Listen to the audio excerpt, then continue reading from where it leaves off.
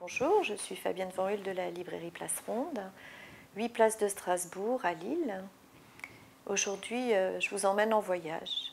Finalement, une librairie, c'est mieux que l'avion. On peut partir très loin dans son fauteuil.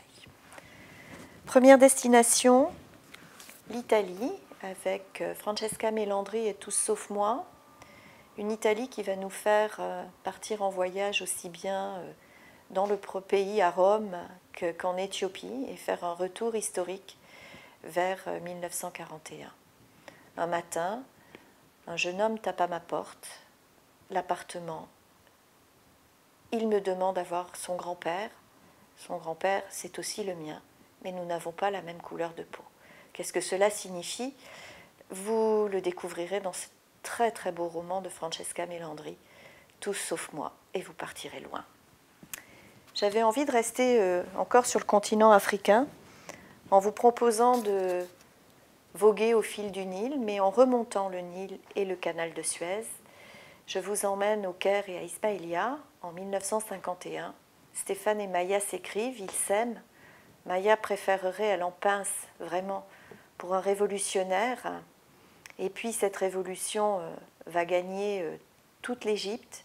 C'est l'arrivée de Nasser, la nationalisation du canal de Suez en 1956 et l'exil pour les Libano-Syriens. C'est une magnifique histoire d'amour et je vous invite vraiment à la lire. Puisque nous ne prendrons vraisemblablement pas l'avion cet été, je vous emmène en camion dans le désert de l'Utah, dans un excellent thriller de James Anderson et sur la route 117.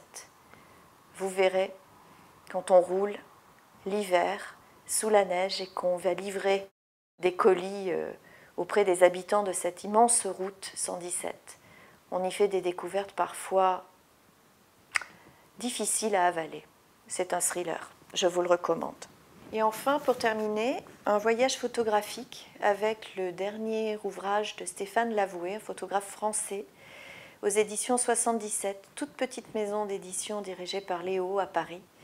Stéphane s'est cette fois penché sur la Bretagne et les hommes et les femmes de la mer, au Guilvinec et à Penmar, et il nous offre un projet photographique absolument magnifique. Je vais vous montrer quelques pages. Regardez ce travail sur cette bigoudaine.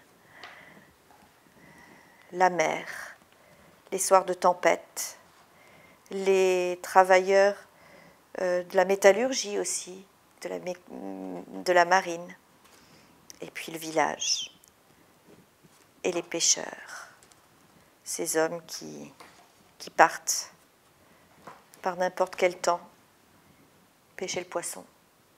C'est absolument magnifique. Je vous invite à venir le voir et l'acheter. Je vous souhaite d'excellentes vacances et je vous dis à bientôt.